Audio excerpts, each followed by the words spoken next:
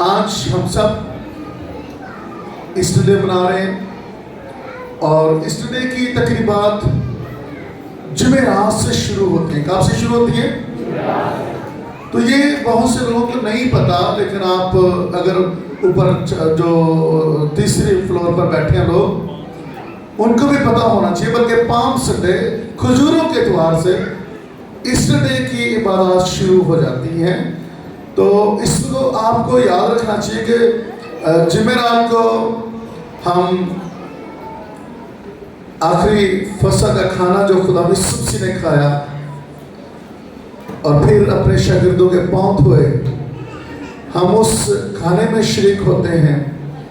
اور اس کے بعد ہم گڈ فرائیڈے مبارک جمعہ مناتے ہیں، جس میں ہم اس بات کو یاد کرتے ہیں کہ خدا یسوع مسیح نے ہمارے لیے اور اس جہان کے تمام زمانوں کے لیے اپنے بدن کو پیش کر دیا، اپنے لہو کو پیش کر دیا. آمین. اور ہم اس بات کی شکر گزاری مناتے ہیں. اور آج جب ہم خدا یسوع مسیح کے مردوں میں سے جی اٹھنے کی عید منا رہے ہیں، تو اس کی بھی 2 عبادات ہوتی ہیں. کتنی عبادات؟ صبح 4 بجے جلوس ہوتا ہے، عبادت ہوتی ہے، ناشتہ ہوتا ہے، اور اس کے بعد پھر 10 بجے ہم تیار ہو کے آتے ہیں. آمین.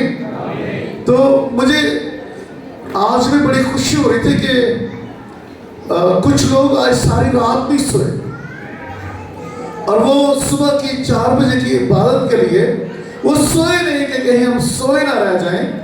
وہ صبح 4 بجے کے بعد میں شامل ہوئے، اور یہ بڑی خوبصورت بات ہے. اور پھر یہ اس سے اور زیادہ خوبصورت بات ہے. اب دیکھیں ذرا صبح 4 سے بات ہو رہی ہے اور پھر دوبارہ عبادت میں آئے ہیں، اور ذرا دیکھیں کہ آج سارا دن ہم عبادت میں گزار رہے ہیں، خدا ان کے مردوں میں سے جی اٹھنے کی خوشی میں. اور میں سمجھتا ہوں کہ یہ بہت بڑی بات ہے. یہ زندہ چرچ ہونے کی نشانی ہے. عزیزوں، بہت سے لوگوں نے کھانے میں حصہ ڈالا. گڈ فرائیڈے کے کھانے میں بھائی جارج نے، بھائی بشیر نے، اور اسی طرح بہت سارے لوگوں نے مل کر حصہ ڈالا. اور آج صبح کے ناشتے میں نوید انور نے اور بیٹی زینت نے اور اسی طرح سے فیاض نے، ان سب نے مل کر صبح کے ناشتے کا انتظام کیا. تو یہ بڑی خوبصورت بات ہے. اور یہ جو آپ ڈیکوریشن دیکھ رہے ہیں، یہ ہمارے درمیان ایک بیٹا ہے نعمان رفیق. اس نے اپنے 2 بھائیوں کو ساتھ لے کر 3-4 گھنٹے کے اندر اندر یہ کی ہے. اور میری گزارش ہے کہ ان کو اپریشیٹ کریں. زوردار تالیاں ان سب کے لیے. خدا ان کو برکت دے. جہاں پہ آپ اس ڈے کے لیے خریداری کر رہے ہیں، بہت سے لوگ مشکل حالات میں سے گزر کر اور پھر چرچ کے کاموں میں بھی حصہ لینا، میں سمجھتا ہوں کہ یہ بہت بڑی بات ہے کہ اپنے گھر کے اخراجات پورے نہیں ہو رہے تو پھر ہم چرچ کے کھانے میں بھی حصہ ڈال رہے ہیں، ڈیکوریشن میں حصہ ڈال رہے ہیں، ناشتے میں حصہ ڈال رہے ہیں. یہ سارا کچھ میں خدا کا شکر ادا کرتا ہوں کہ چرچ زندہ ہے. آمین. چرچ زندہ ہے کیونکہ چرچ کا خدا یسوع مسیح زندہ ہے. چرچ زندہ ہے کیونکہ خدا یسوع مسیح ناصری زندہ ہے.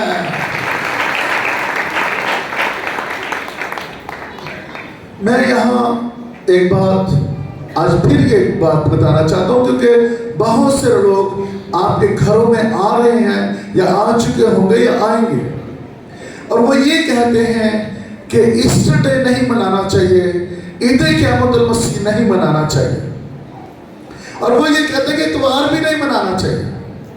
تو یاد رکھیں کہ یہ بدعتی لوگ ہیں. یہ کون لوگ ہیں؟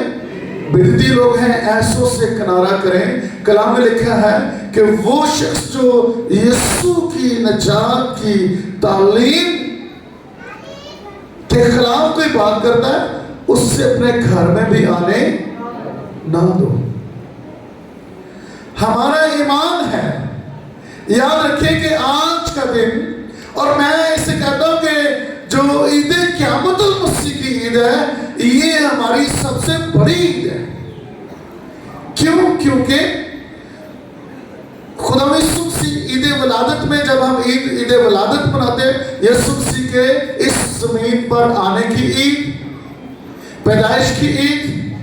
لیکن عید قیامت المسیح جو ہے یہ یسوع مسیح کی زندگی میں تمام نوشتیں پورے ہونے کی، یسوع مسیح کی پیدائش سے لے کر پھر راہ کلوری تک یسوع مسیح نے زیتون کے پہاڑ سے کلوری تک، صلیب تک جو سفر کیا، وہ تمام کتاب مقدس میں جو آیات تھی، نبیوں کے وسیلہ سے جو نبوتیں تھی وہ پوری ہوئی. اور ابلیس کی بڑی کوشش تھی کہ یسوع مسیح کو راہ کلوری پر جانے نہ دیا جائے، یسوع مسیح کو صلیب پر جان دینے سے روک دیا جائے. کسی طریقے سے یسوع مسیح کو پہلے ہی مار دیا جائے، یسوع مسیح صلیب پر جان نہ دے تاکہ نوشتیں نہ پورے ہوں، نبوتوں کی تکمیل نہ ہو. لیکن عزیزو، خدا یسوع مسیح نے میری اور آپ کی خاطر صلیب پر جان دی. اور یاد رکھیے، میں پہلے بھی میں بتا رہا تھا کہ یسوع مسیح نے اگر غور کیا جائے تو 7 بار یسوع مسیح کا خون فوارے کی طرح نکلتا ہے. اور یسوع مسیح کا خون جب نکلنے کا آغاز، زمین پر ٹپکنے کا، زمین پر گرنے کا آغاز جو ہے یہ باغ گتسمنی میں ہوا. لکھا ہے یسوع مسیح کا پسینہ گویا خون کی بڑی بڑی بوندیں، خون کی کتنی بوندیں؟ بڑی بڑی بوندیں زمین پر گر رہا ہے. یہاں سے یسوع کے خون کا زمین پر گرنا شروع ہوا. اور دوسری بار جب کوڑے مارے گئے، اور یہ کوڑے ایسے تھے کہ جب کوڑا مارا جاتا تو یہ زخم کرتے، کیونکہ ان کے اندر لوہے کے ٹکڑے اور شیشے کے ٹکڑے لگے تھے. لیکن جب کوڑے کو کھینچا جاتا تو یہ کھال اور گوشت سمیت اکھاڑ لیتے. یسوع کا لہو کوڑوں کی مار سے پورے بدن سے بہہ رہا ہے. اور تیسری بار جب کانٹوں کا تاج رکھا گیا، علماء کرام کہتے ہیں کہ یسوع مسیح کے سر کے اوپر جو کانٹوں کا تاج رکھا گیا، اس کے کانٹے 1 انچ لمبے اور انتہائی نوکیلے. اور جس بیل کے یہ کانٹے تھے، اس بیل میں یہ خاصیت ہے، کانٹوں کے آگے زہر لگا، قدرتی طور پر زہر ہوتا تھا. اور جب یہ کانٹے کسی کو چبھ جاتے تو کہتے ہیں کہ یہ بندہ تھوڑی دیر کے بعد مر جاتا تھا. لیکن ذرا غور کریں کہ یسوع مسیح کانٹوں کا تاج پہن کر وہاں مرا نہیں، کیونکہ یسوع مسیح نے صلیب پر جان دینی تھی. تیسری بار یسوع مسیح راہ کلوری پر جب صلیب اٹھا کر چلتے ہیں، جب بدن کوڑوں کی مار سے چھلنی ہے، تو راہ صلیب پر یا راہ کلوری پر یسوع کا خون بہ رہا ہے. اور چوتھی بار یسوع کا خون جب یسوع کے ہاتھوں میں کیل ٹھوکے گئے، پھر جب یسوع کے پاؤں میں کیل ٹھوکے گئے، اور آخری بار جب یسوع کے پسلی میں نیزہ مارا گیا. 7 بار یسوع مسیح کا خون زور سے بہ نکلا. اور عزیزوں، جب کیل ٹھوکے جا رہے تھے تو اس وقت بھی یسوع کا خون بہا. اور میں سمجھتا ہوں کہ فوارے کی مانند بہا ہوگا، لیکن یہ 7 کا عدد کاملیت کا عدد ہے. اور یاد رکھیں، پہلے تو عید فصح جو ہے وہ